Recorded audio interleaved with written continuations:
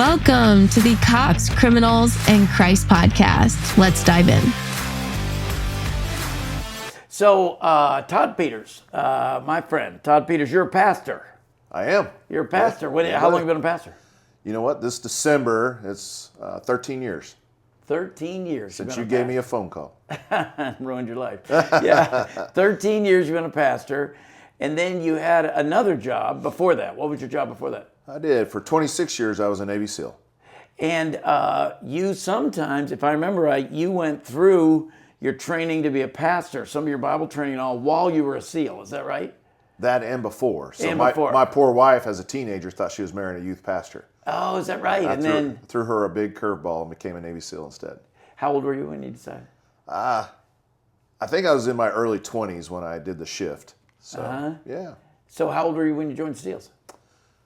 Same thing. I was, I turned 21 in Hell Week. Really? So, yeah, that was memorable. I didn't tell the instructors. Yeah. They didn't want to celebrate the birthday with you? I'm thinking that Thursday night, one more day to go, I think I'll just keep that to myself. Happy birthday to me. No presents or anything? None. Well, they get sand and cold water, So now everybody in the world has seen the different reality shows on Buds and Seals. You guys aren't thrilled about that? No, I'm thankful that I went in when there was no internet, there was no media. Yeah. Like I found out about SEALs on microfiche, the internet you and I knew, the viewfinder, right? And so I found one paragraph. It was like an Ernest Shackleton ad. It was like low pay, doubtful return, recognition upon success. And I was like, I'm in. Really? What does it say? Low pay. Low pay, doubtful return, recognition upon success. And that was it. And you don't know what the screening test is. You just try out in boot camp. And so that was it. I just showed up. In week 5, you get, whether you're sick or not, you get one opportunity to try out. 5 guys tried out with me, and what was kind of interesting, one guy was highly motivated from the inner city. Yeah. He pushed off the pool deck for the swim, sank right to the bottom. He couldn't even swim, but he wanted to try out. And so at the end of the day, I was the only guy that finished the screening test. Yeah? Out of 5, you're the only one. Yeah, well, it wasn't that complicated, but again, it was just... And then after the Buds, what was your attrition rate during Buds? Attrition rate, if I remember right, was about 85%. 85% did not complete the course. Correct. Yeah, and usually it goes as high as 90. Really? Yeah. And then you learned a lot of empathy and concern for SEALs then, and when you became a trainer later, right? I did. I mean, the empathy only goes so far. When you're an instructor, your job's to put the screws to them. You're saying that. What did they call you when you were an instructor, Todd? Well, yeah. Thanks for digging up that painful memory. My nickname was the Prince of Darkness. Very official for a pastor. Yeah, that's a wonderful thing. So you were the Prince of Darkness, Darth Vader. I was him. There, and yet you're a Christian all this time? I am. And then you're also in combat, and you're in combat in and out over the 26 years. Yeah.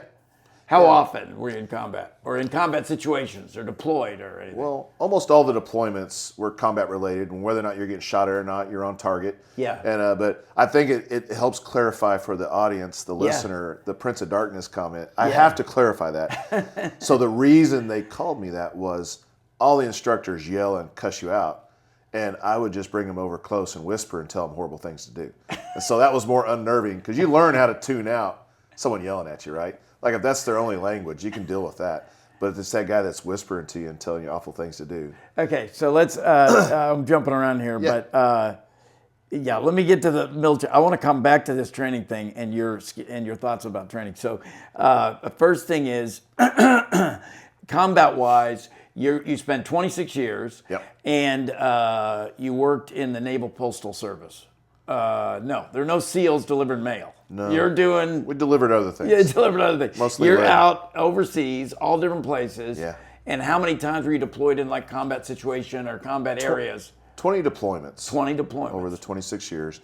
The first one, memorable, a lot of people, if they're older, they'll remember Just Cause, where we removed Noriega from Panama. And so that was December 89. And my very first firefight, I was with four other buddies, and we had 60 plus guys engage, and start shooting at us. And so we were like, right on, let's get this. And I remember we were in an Army Mike boat, and so that's like a landing craft, think like Saving Private Ryan type thing. And there was an Army kid, they were actually driving the boats, and he was behind a 50 cal, and I had a 16 with a 203 at the time. And so there was guys in a pilot house on this big cargo vessel shooting at us. And so a 203 is a grenade launcher, about 300 yards away, and I just kind of Kentucky windage, and I was like, boom. And it was just like a perfect spiral right into the pilot house, and it's like, boom, boom.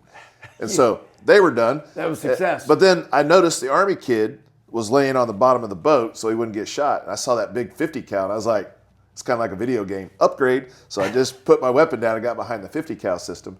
And 50 cal is very effective for eliminating threats. But what was interesting is the bad guys realized, even though there's only 5 of us, that they were losing. So they called in reinforcements, 250 more PDF, Panama Defense Force. Oh, wow. They start coming in to flank us. And so they're coming around. They're mowing down and coming into the situation. We already landed on a pier. I was behind a bulldozer. And by the way, a bulldozer is really good cover. It's a comforting sound to hear bullets tinking off of that. And we did not know the 250 guys were coming. But the guys from Dam Neck in their little birds, they were flying to go do an op. They saw this massive group coming. So they started rocket attacking those guys and helping us out. And at the end of the day, I think through the carnage, a little over 30 guys surrendered to us. Wow. And they were super disheartened, when they, just all these dead guys around and these 30 guys surrendered. I had 2 big rolls of duct tape. And so I just rolled them up tight and threw them in the Army Mike boat. And then off they went to jungle prison. But one thing prison? Yeah, we had a little jungle prison set up, Yeah, that was nice. And, it's comforting. Yes, good. But I think one of the things, just to dive off into the Bible here, I have to admit I was kind of smug because I was giving this guy who just moments before was trying to kill me, I was giving him water from my canteen and I was giving him some food to eat. And I thought, I'm a pretty good guy. I mean, this guy was trying to kill me. And I felt like God reminded me about Romans 5:8, where he's like, listen, while you were at war with me, I sent my son to die for you. And it was just humbling. I was like, all right, check yourself. So you were a Christian all this time? Oh, yeah. You didn't say like, no Jesus, no Bible, as I got to get in this shootout. I'll deal with you later, Lord. You're walking with the Lord. You think you're doing what the Lord wants you to do? Is that right? Absolutely. Yeah. And I realized, and we can get back to that in the training, but I realized this was my mission field too. Yeah. And don't get me wrong, I liked the job just like you liked yours. Sure, yeah. But I also realized this is a people group that I don't think an outsider can reach. Yeah. So I stayed, and I kept checking in with my wife. She's like, I think we're good. So I stayed a lot longer than 4 years. Yeah, because that's what originally was the plan. Yeah, just going to do 4 years. Yeah. Figure life out and go from there. And you stayed 26 years. Yeah. And average amount of time you were away from home in a year?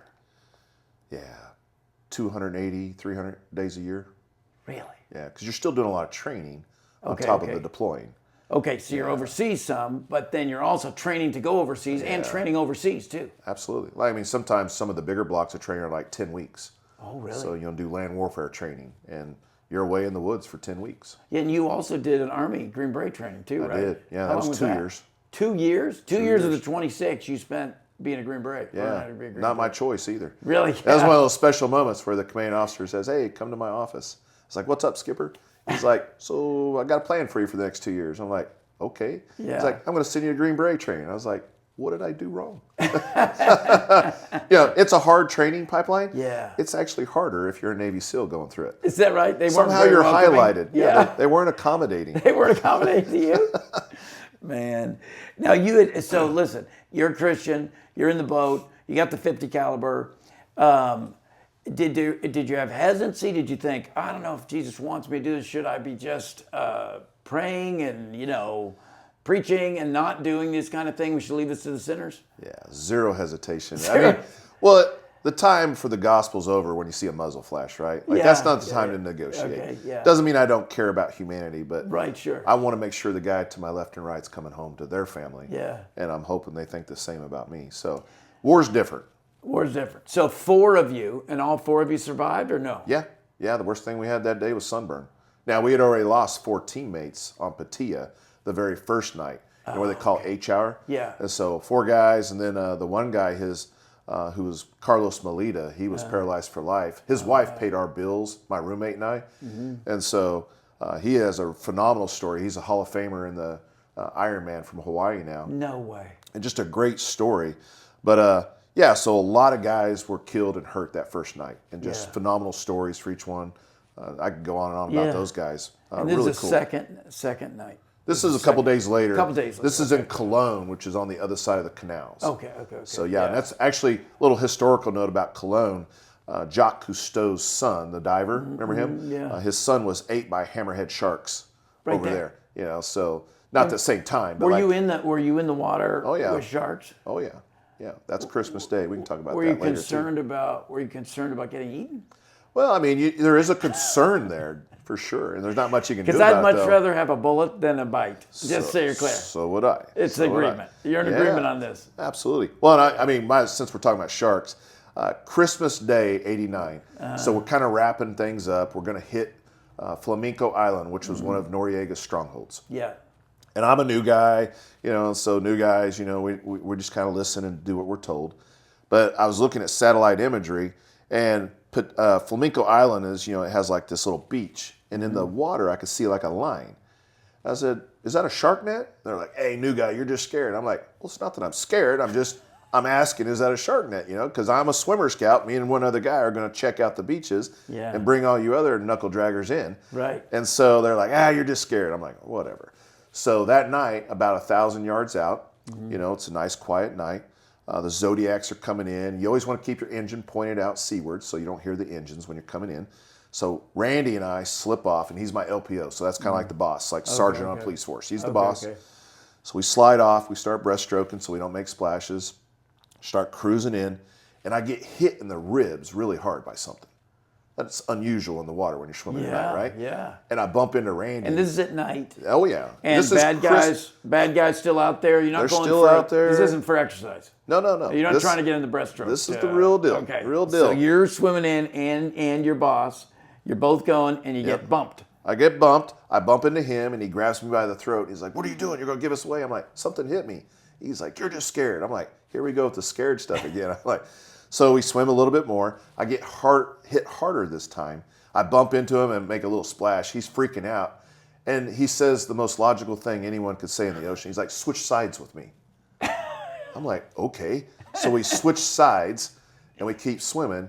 Then something hits Randy. And now I'm a buoy. He's climbing on top of me. And he's like, something hit me. I'm like, yeah, no kidding.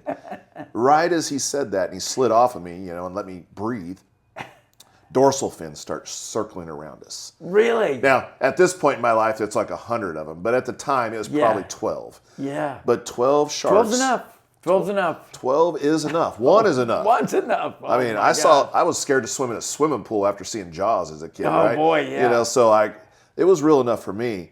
And I said, I'd rather take my chances with the guards on land. And he goes, me too. So we started swimming a lot faster, but I had that same 16.203. Okay. And I kept moving around my body, hoping they would bite that first as we're swimming. Wait, your guns were fine underwater?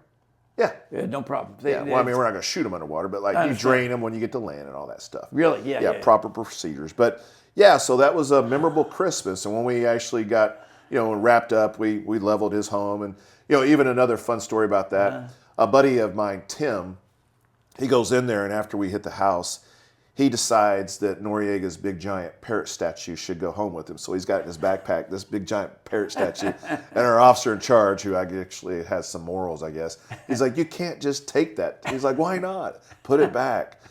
But some of the other guys were clever, and they took Noriega's stationery, and they wrote a thank you letter to President Bush and sent it to him. Okay. And I have a picture in my den where he's reading our letter and thanking us and everything for our service there. So that was pretty cool. That's pretty cool. Yeah. Jeez, that's great. Memories. But yeah. Now, it's funny.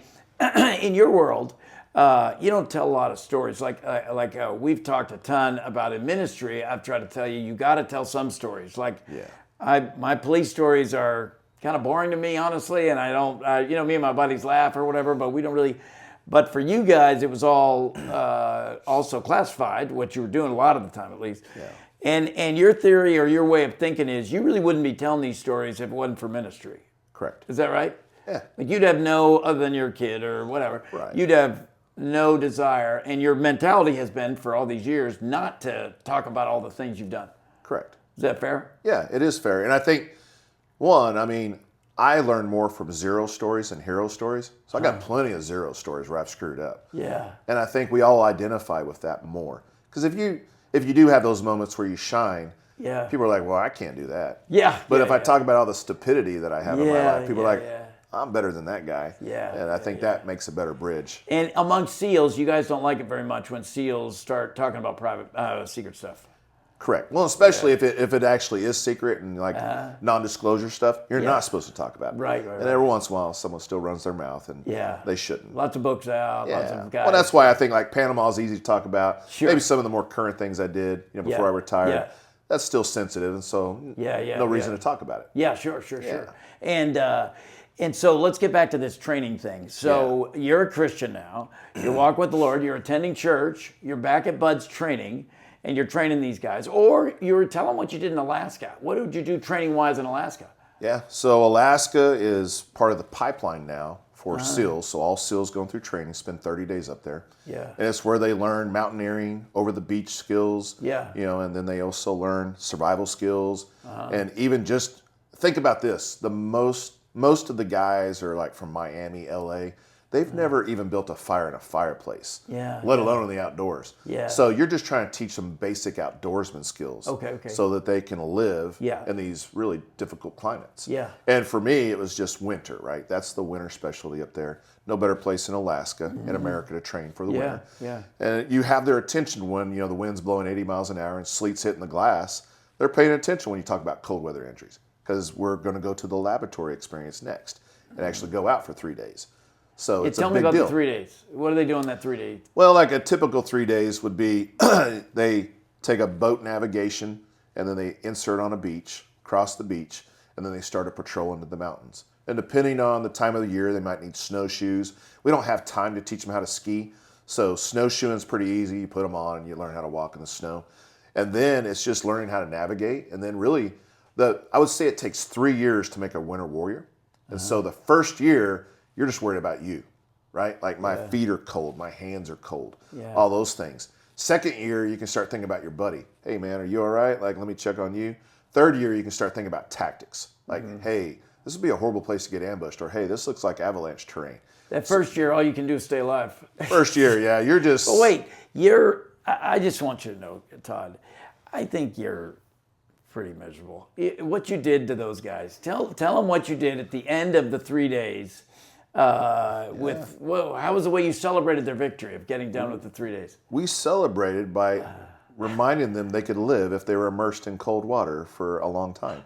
Now, how cold was it outside? Well, below freezing. Below freezing. Yeah, the water's flowing though, and so. Oh, it's flowing. That's better. Yeah, I mean it's safer that way, right? Ah, I see. But we would get in a river. We would get in the river with them, and so we're in there, and you basically got to be immersed. Your hands are below the water, and moving water is colder than static water, for whatever reason. It's taking the heat away from you, and so we spend 5 minutes, in the drink, get them good and cold, and then we teach them how they can rewarm themselves with the modern clothing, eating some hot chow. And that you can actually walk your clothes dry if it's not pouring down rain. So if it's just dry cold outside, you can actually put on the puffy jacket and all this stuff, and you can actually walk your clothes dry.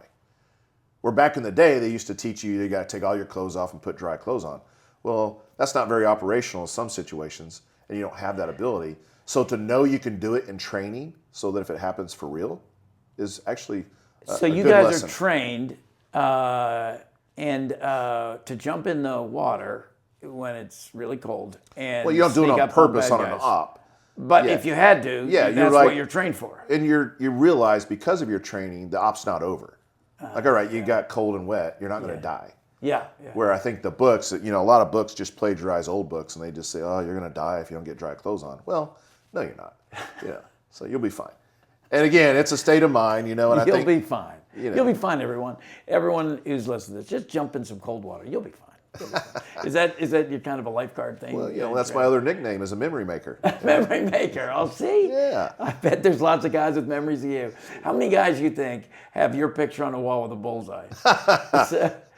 More than I can count.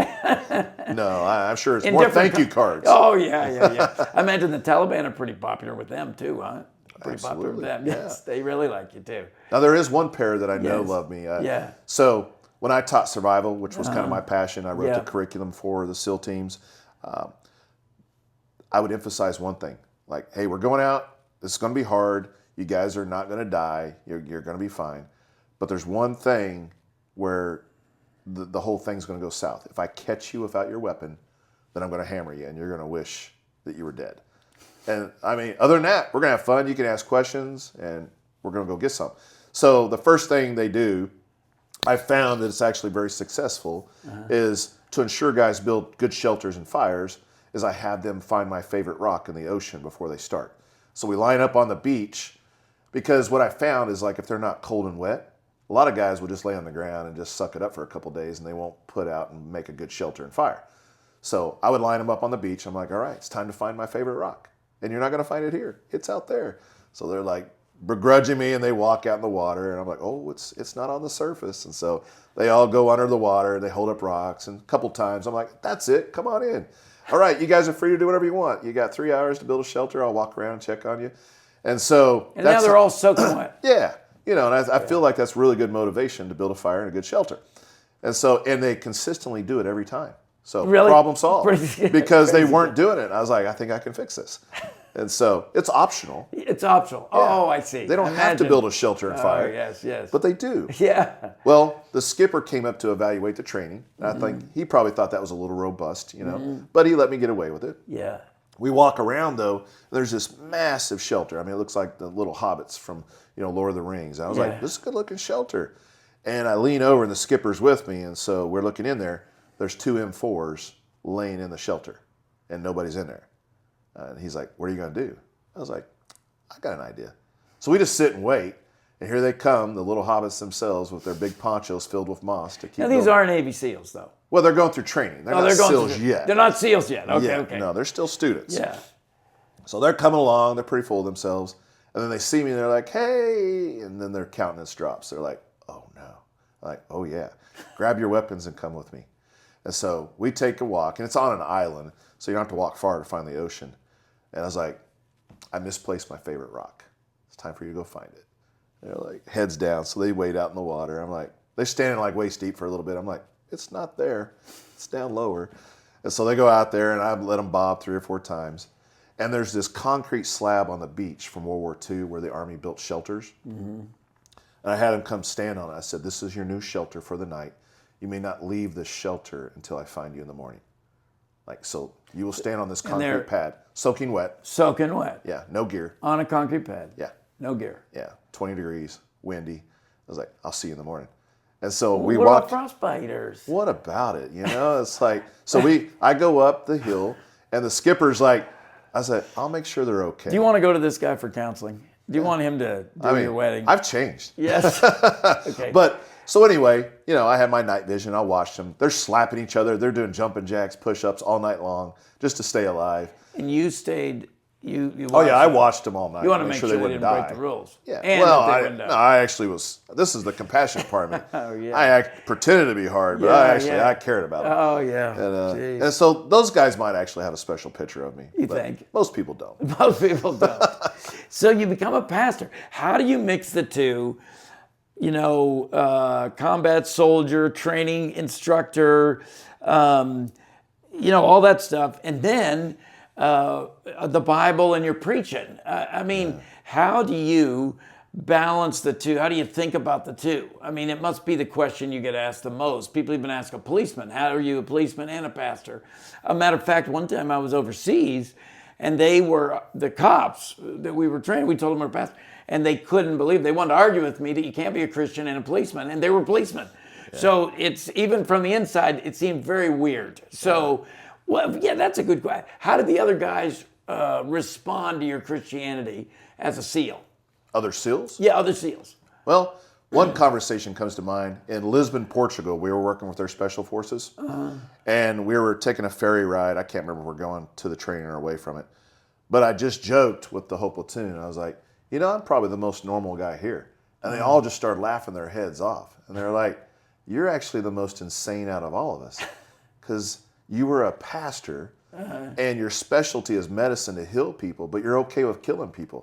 Like, you were more messed up than any of us. And so that was a reality check on how people perceive me. Yeah, sure, yeah. But for me, military and ministry, they're actually very similar. Yeah. Right? And so it's all about being mission-minded. In the military, you're thinking about physical threats. You're thinking about tactical situations, strategic situations.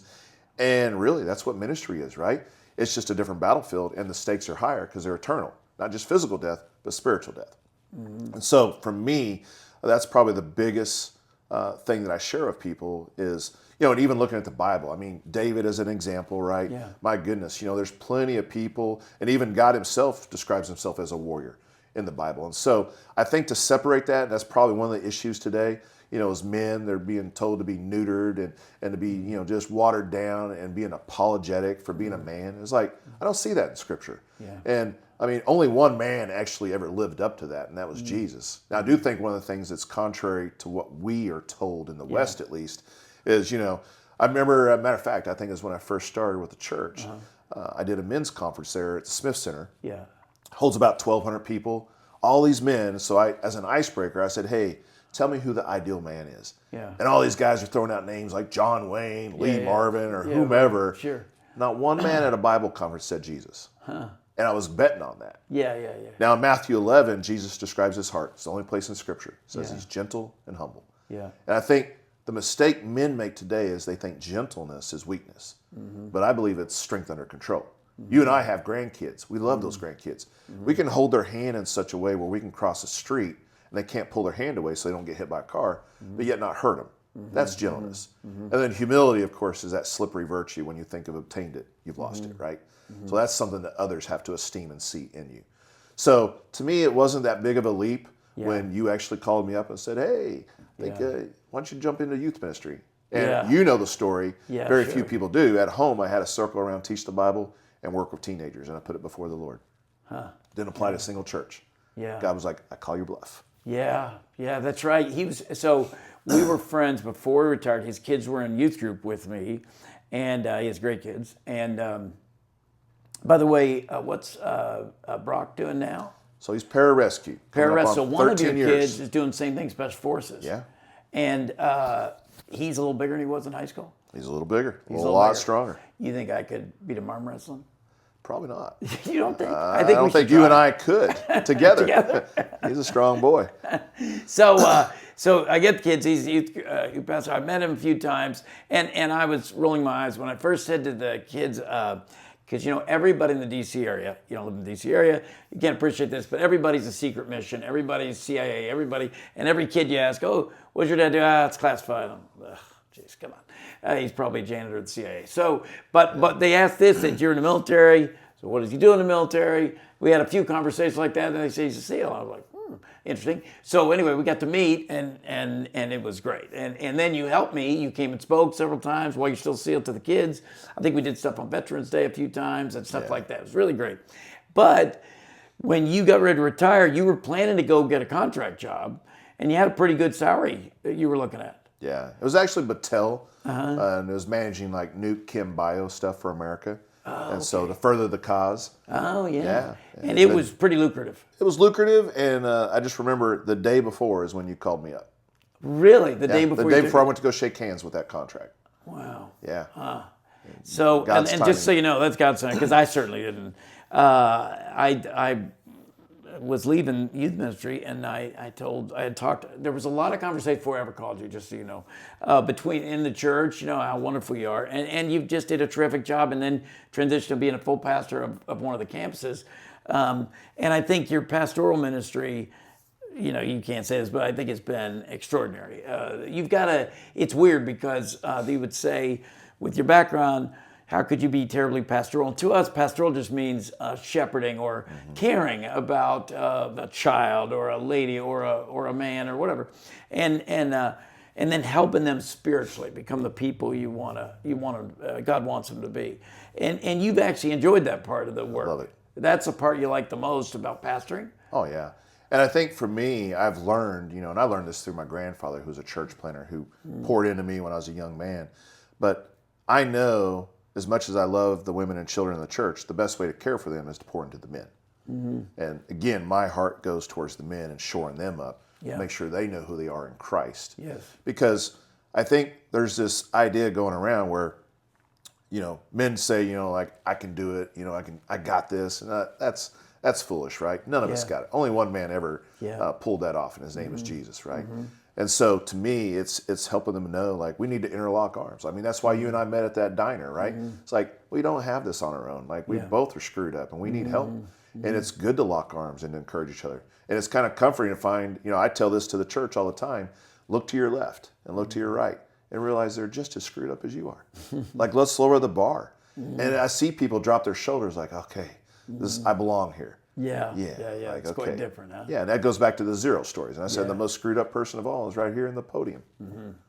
So let's learn about Jesus together. Yeah. Well, I'll say this. Let me summarize and say this.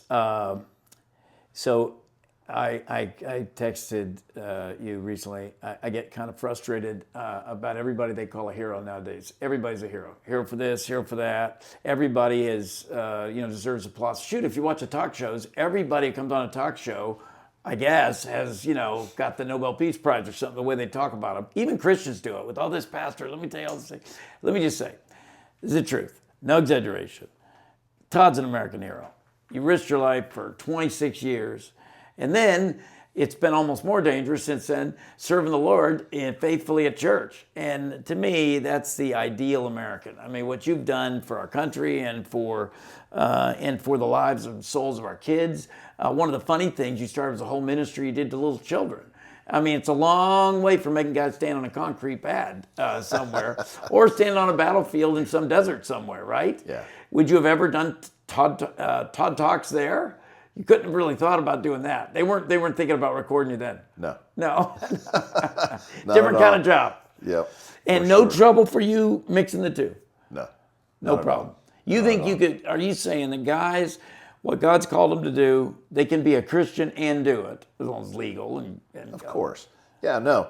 And I think there's just a few professions out there where you probably couldn't honor the Lord. Right. I mean, sure. I think God is just as pleased with our janitor who keeps our church clean as the man who's filling the pulpit, right? And all the other roles. Matter of fact, one of the most rewarding roles I ever had in the church out in San Diego was setting up chairs and tables with old timers. Like it was the best. And I actually complained about that church for about 2 months. I was like, this church isn't very friendly. And I felt the Holy Spirit challenging me. He's like, the reason it's not friendly is because you're not doing anything. And so you're just warming a pew on Sunday. So I was like, all right, let me get off my backside and start serving. And you know what happened in that church? It became friendly.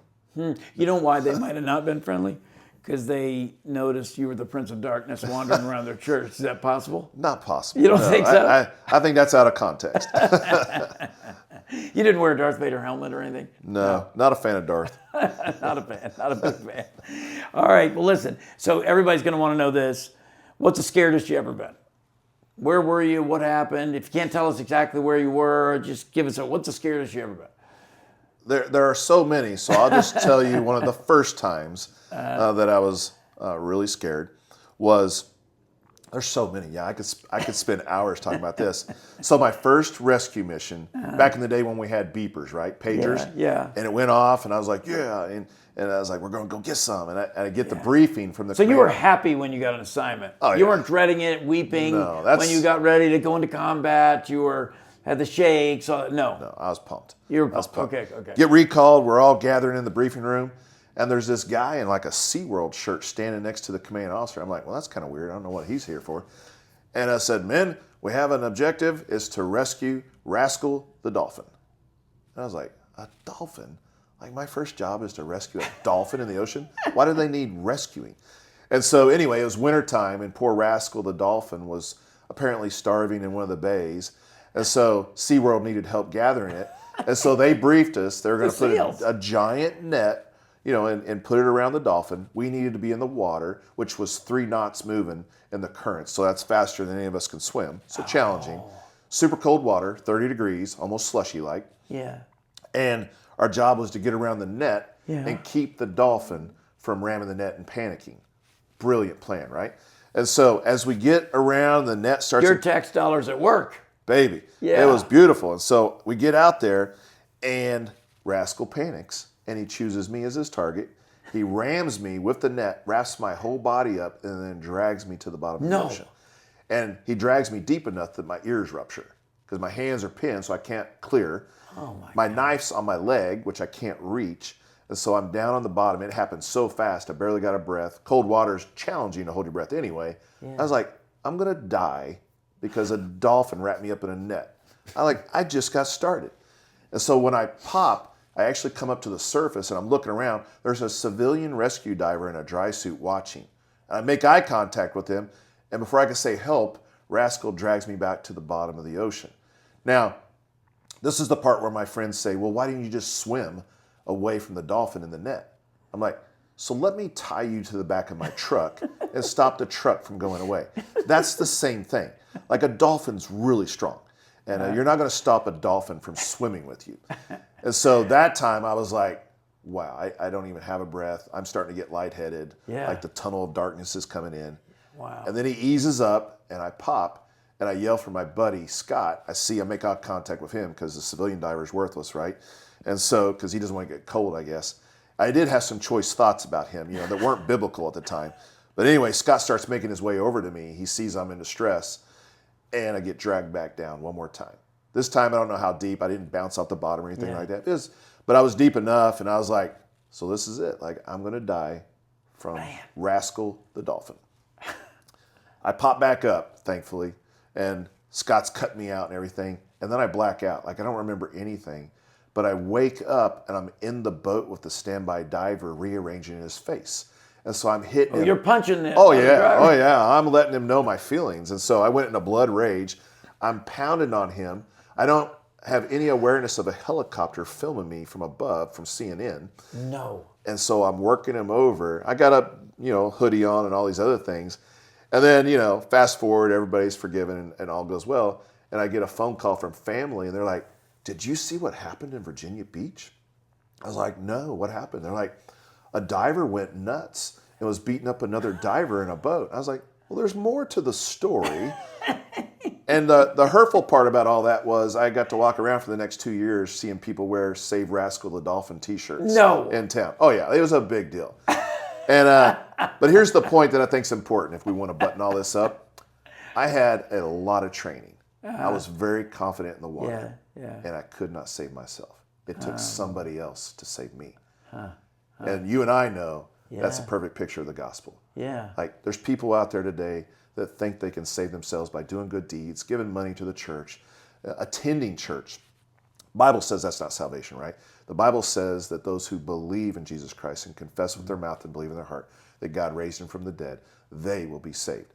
And I think it's important to talk about belief. Belief is this, that we've all sinned, right? I mean, we've all done things wrong, and that there's nothing we can do to remove those sins. Nothing. And ultimately, we need to believe about the Savior, Jesus Christ. Like, he came and lived that perfect life, died in our place, and God raised him from the dead. And every man and woman, no matter what you've done, no matter where you've gone, if you place your faith and trust in Jesus Christ, the Bible says you're saved. And that's what happened to me today. I had someone save me because I couldn't save myself. And that's what Jesus did for me a long time ago as a teenager. He saved me from my sins. And this word saved means something in all your contexts of life. When you were saved as a SEAL or you saved others, the word saved wasn't trite or silly or any of those things, right? It's a big deal, getting saved. There's a cost to it too. People risk their lives to save you. Jesus did more than that, right? He gave his life. Because, again, in John 15, it talks about I might give my life for you because you're my buddy. Yeah. But how many of us would give our life for a stranger or someone who actually hates us? Or an enemy. And in essence, it'd be for the guys you were fighting with, you'd give your life. That's exactly, we were enemies with God. It's interesting, somebody said to me one time, a friend got killed in the line of duty, and they said he didn't give his life. He didn't sacrifice his life. His life was taken from him. So there's a difference. Jesus did sacrifice life. I thought that was actually pretty astute. It's true. Willingly. Jesus went in saying, I'll give it for you and for dopes like us. That's the amazing thing. Absolutely.